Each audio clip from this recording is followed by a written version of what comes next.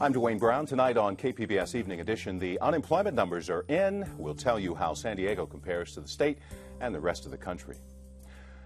About 1,100 people are homeless in downtown San Diego. Coming up, how a weekend event plans to help San Diegans understand what it's really like to be homeless. I'm Peggy Pico. From bikes to music to kinetic art, our preview of weekend fun in neighborhoods throughout San Diego. But first, Poway's billion-dollar school bond debacle prompts a bill to limit high-cost bonds. Will the governor sign it? And why our county treasurer supports that bill?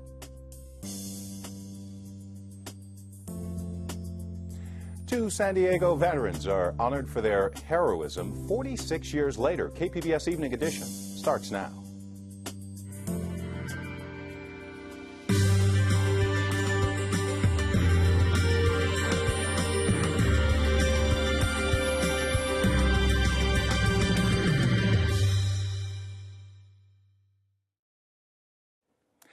Hello, good evening. Thanks for joining us. Syria has sent an initial declaration of its chemical weapons program. Now, the move is in line with the U.S. agreement with Russia to rid Syria of its chemical weapons.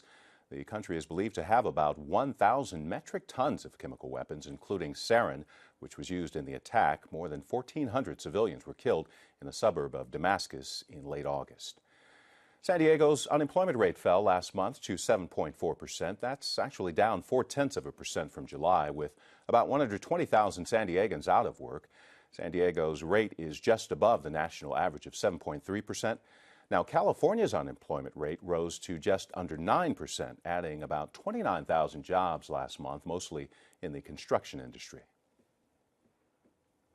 The House voted on a deal today to keep the government funded if lawmakers defund the Affordable Care Act. The Democratic Senate has overturned several similar efforts. Our Speak City Heights reporter Megan Burks has more on new tools to help people better understand Obamacare. I've been answering your questions about the Affordable Care Act for 3 months now in my weekly series, Second Opinion. I've gotten a ton of interesting and tough questions from you, but by far the most common one is, what do I do? How does this affect me? So we've developed an easy click-through app that will help you answer those questions, whether you're the head of a household, an individual, or a business owner. Just click the answers that best describe you, and the app will tell you if you need to get covered or offer coverage and what options are available to you. It will arm you with the basics, and for those trickier specifics, you can still send me your questions. Find the app and all of our Affordable Care Act resources at kpbs.org/secondopinion. Two Vietnam War veterans from San Diego got long overdue recognition today for their heroism. Now, during the Battle of Khe Sanh in 1967, one of the worst battles of the war, now 46 years later, Marine Corps veterans Joe Cordeleone and Robert Moffett received the silver and bronze medals. Honest to God, I don't think any other Marine, and certainly nobody on that hill, would have done anything less than I did. I can go to my grave and with some peace of mind and say, well, somebody appreciated what I tried to do. The men were recognized because of their work, of their former platoon commander. After they all met at a reunion event, he began interviewing the survivors and wondered why so few had been recommended for awards. San Diego City Clerk says 15 candidates have submitted nomination papers for the mayor's race. The deadline was, of course, today at 5. Now, the special election is set for November 19th. The Navy christened 3 ships in San Diego. The guided missile destroyers were named today for veterans with San Diego ties. The USS Rafael Peralta after the Marine killed in Iraq, the USS Ralph Johnson after the Marine killed in Vietnam, and the USS John Finn after the Medal of Honor recipient who actually manned a machine gun during the attack on Pearl Harbor. Finn died in 2010 at the age of 100. A bill to limit risky school bonds is waiting for Governor Brown's signature. Peggy Pico explains some of the potential changes to using public bond money.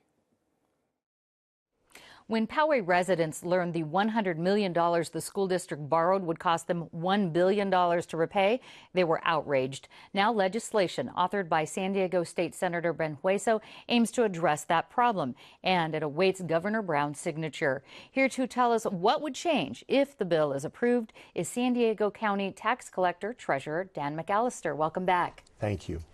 Dan, tell us about this type of expensive bond. I know it's a capital appreciation bond. How do they work? Well, in many cases, these bonds were structured in such a way as to become balloon payment bonds, so that people would say, let's do a 40-year bond, capital appreciation bond, no payments due and payable the first 20 years, and then all 40 years worth of payments due and payable the last 20 years. So in effect, it became a multi-generational bond. With lots of interest growing all that time. And interest and principal growing all the time. So in effect, you get this mammoth payback need toward the end of the deal, and it falls on people whose kids may not even be in the school anymore. Right, It's and that's just what happened not a fair shake. And that's what happened in Poway. How many districts here and throughout the state use the capital appreciation bonds? Well, our estimates are that about 10 or 11 out of 42 public school districts have in the past 5 years used capital appreciation bonds as a mechanism to fund capital improvements on their school district properties. And across the state, Across the there's a lot state, more. over 600 districts have used these bonds in the last 5 years, since 2007. And we'll get back to that, because not all of them have this big Not all giant of them balloon have payment done, at the end. That's correct. How That's would this correct. bill change things here in San Diego as far as capital appreciation bonds in schools? AB 182 is designed to really curtail the extended period that bonds can be issued for in capital appreciation bond land. So in effect, it puts a cap of 25 years, no more 30 years, no more 35, no more 40-year bonds. That's a good thing. It also instills the requirement that all the bonds that are issued have to be callable, which means that they can be refinanced after 10 years.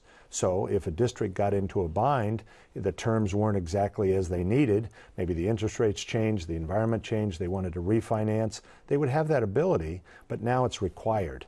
So that gives them actually more options down the road. And tell us, there's some interesting things having regards to do with the transparency of this, with public hearings. That's correct. Part of the bill is really, again, out there on behalf of the consumer, saying we need and have a right to know. The public has a right to know. So what this bill requires now is that 2 independently agendized and announced hearings for the public be heard on any of these bonds that are going to be moving forward.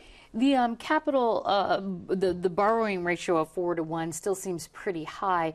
What about the interest rate? Does that have a cap on it? Well, it does have a cap. It'll be an 8% cap. That has not been an issue recently because interest rates are still pretty low. But in times of not so long ago, interest rates were much higher, and it was an issue. So I think the focus here needs to be placed on the payback ratio. As we have looked at the numbers throughout the state, we have found bonds, while there's focus here on a couple of districts, statewide, much more egregious than some of those here. In some instances, 16 to 1, 17 to 1. The Folsom district in Northern California had a 19 to 1 payback ratio. And that means that for every dollar they financed, they're paying back 19, exactly. Michigan, though, is a state that has banned these outright for That's school correct. bonds. Why not do that here in California? Well, we think that this is a useful tool in the arsenal of bonds and financing mechanisms for school districts. It's very important that school districts have options.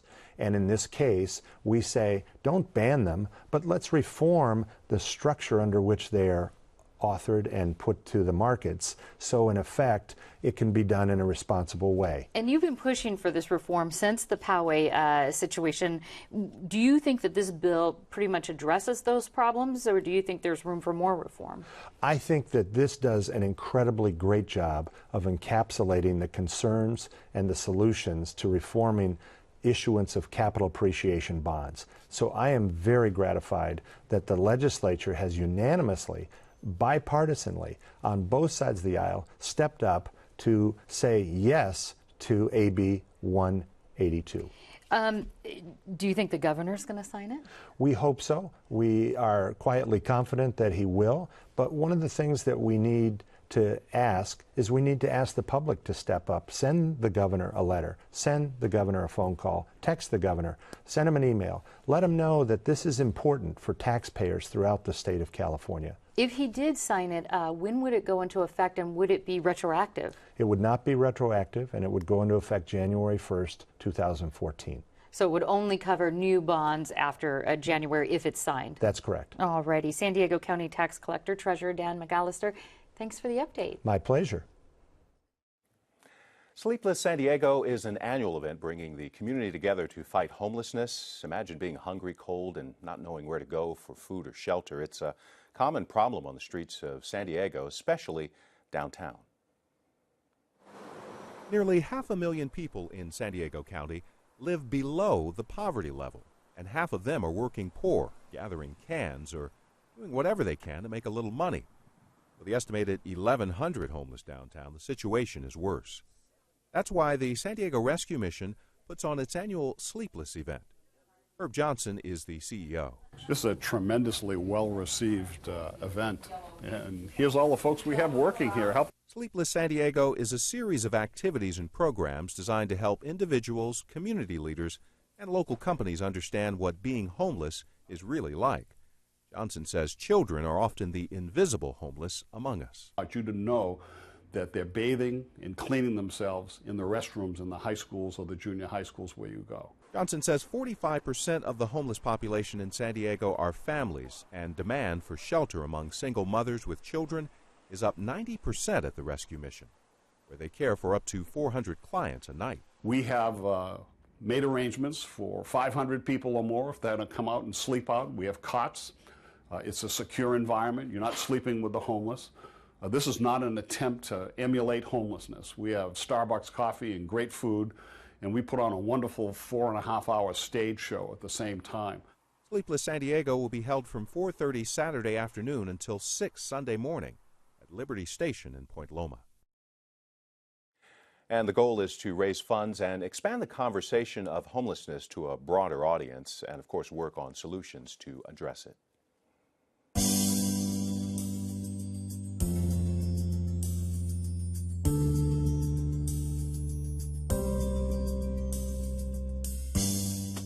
Playwright Josefina Lopez had 2 plays running in San Diego last weekend: The Politically Charged, Detained in the Desert, and the highly personal Logan Heights. KPBS arts reporter Beth Accomando looks at what artists do to find their voice and tell stories that mean something to them.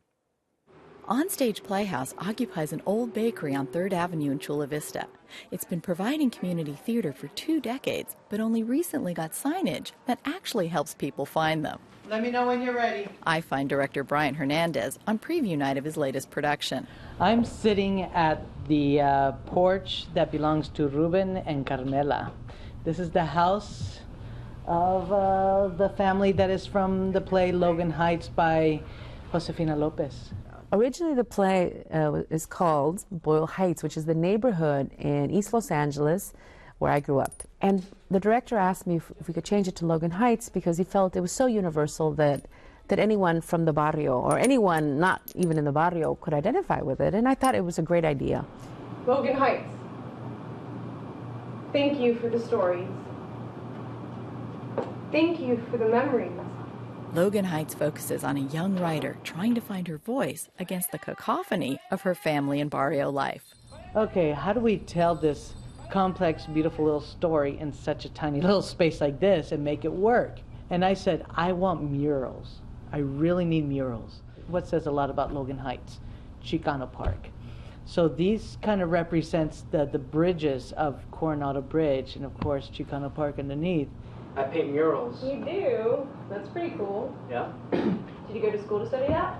Well, I studied painting at the Art Institute, but they didn't have a class for the mural work that I do. Theater should bring community together and make you think and question things, and I think that's the role of community theater. This is what we do. This is what we love. This is how we just express ourselves. You know, it's like it's an it's an itch that you just want to scratch, and we have to do it. Theater is not something we do just to entertain ourselves. Theater is the way we feed our soul.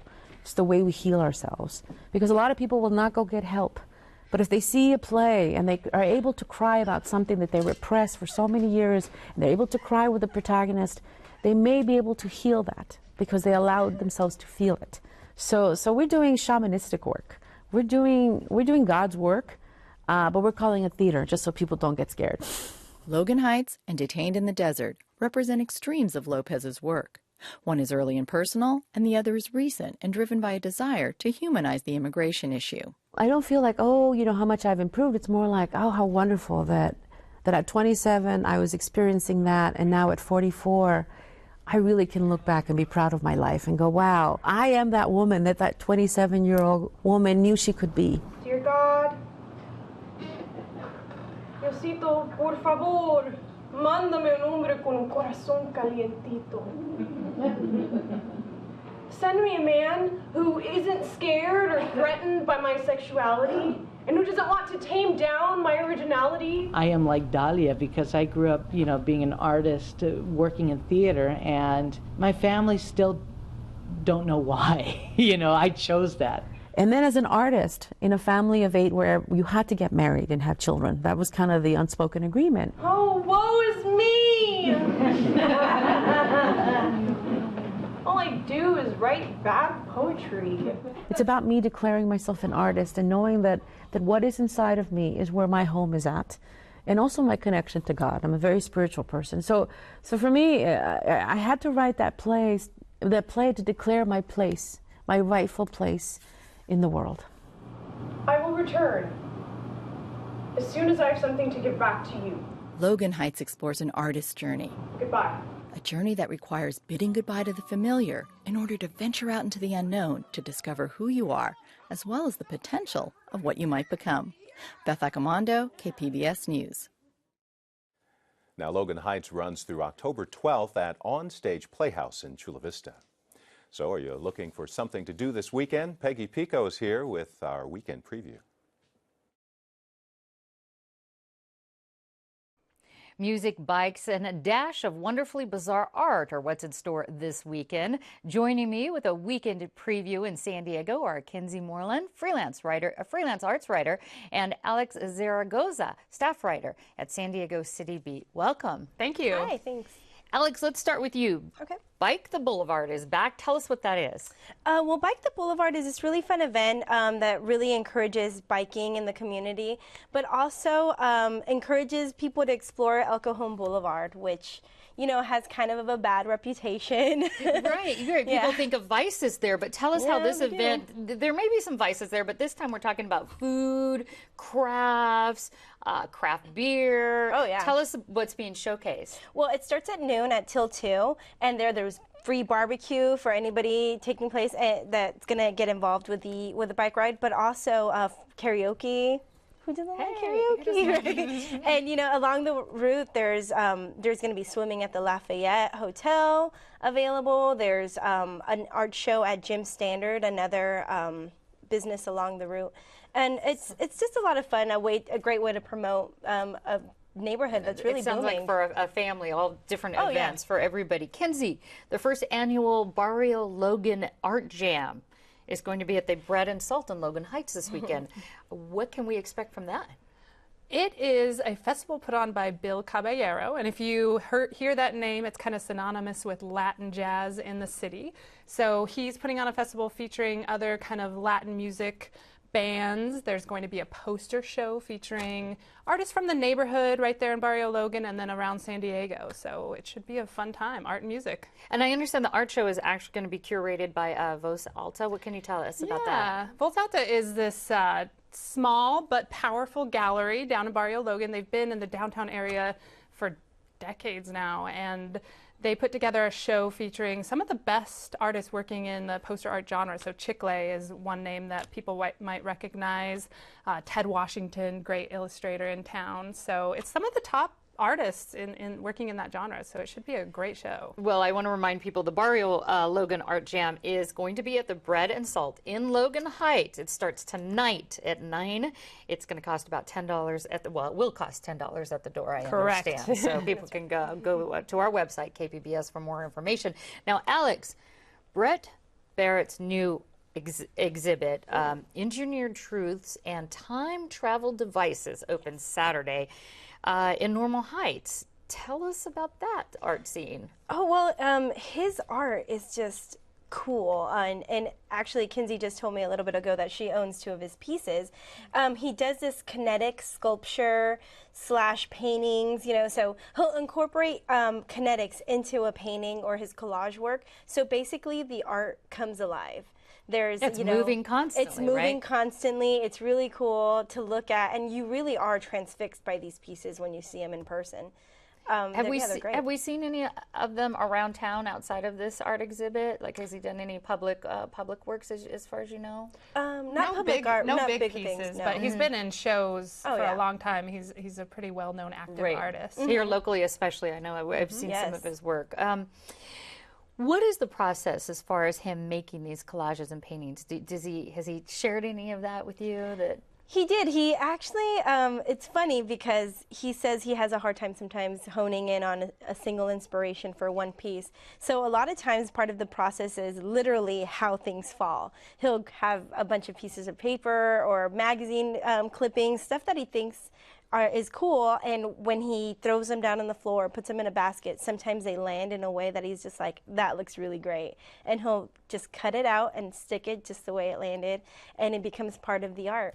So it's inspirational for sure. Well, I want to let folks know that Brett Barrett's new exhibition, it opens this Saturday and is on view through October 5th. And we have lots of details on that event, all of the weekend events we talked about here, and more on our website, kpbs.org. Thank you both so much for the update. Oh, Thanks thank for having you. us.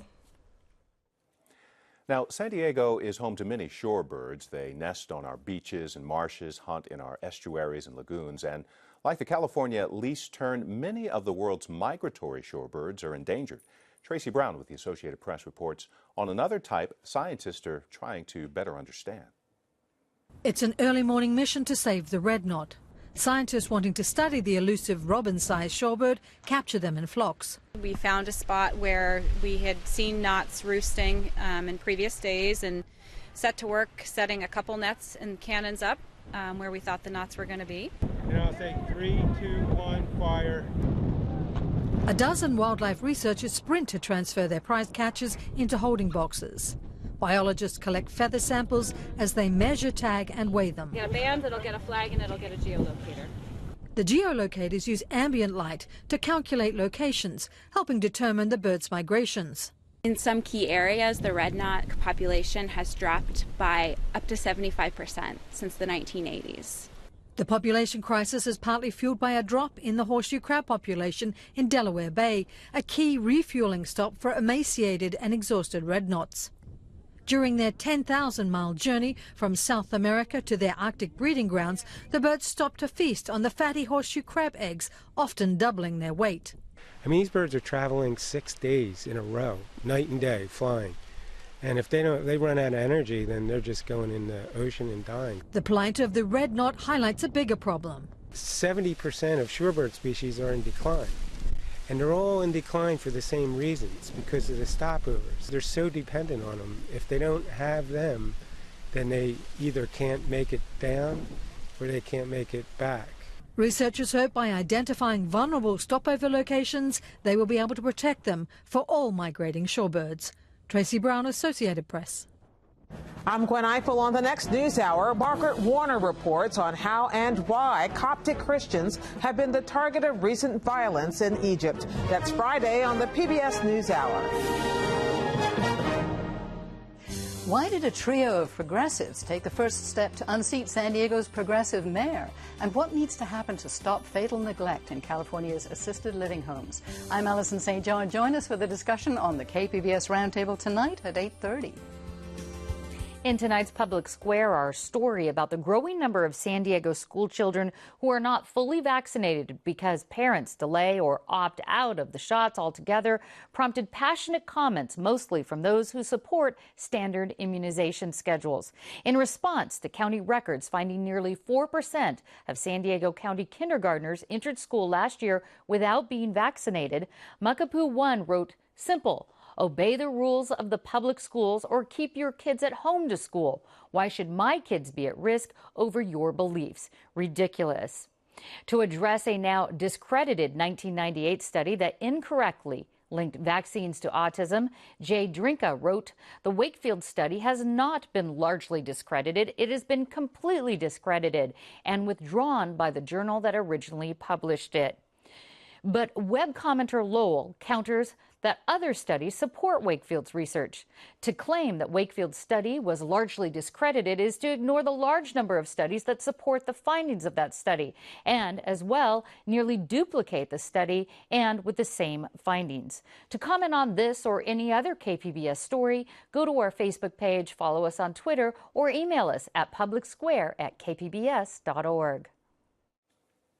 And a quick update now on the number of candidates in the San Diego mayor's race. The city clerk says a total of 19 people met the filing deadline tonight. Well, it's going to feel a lot like fall this weekend because it officially starts on Sunday. Especially along the coast, you'll feel it. Morning clouds, even the possibility of some drizzle, then partial clearing by afternoon, low 70s. Upper 70s and low 80s inland with sunshine by the afternoon. Sunny in the 70s for the mountain areas through Monday. Cooler in the desert with temperatures below 100 the next few days. You can find tonight's stories and download the KPBS app, all on our website, kpbs.org/evening edition. Thanks for joining us. Have a great weekend. Good night.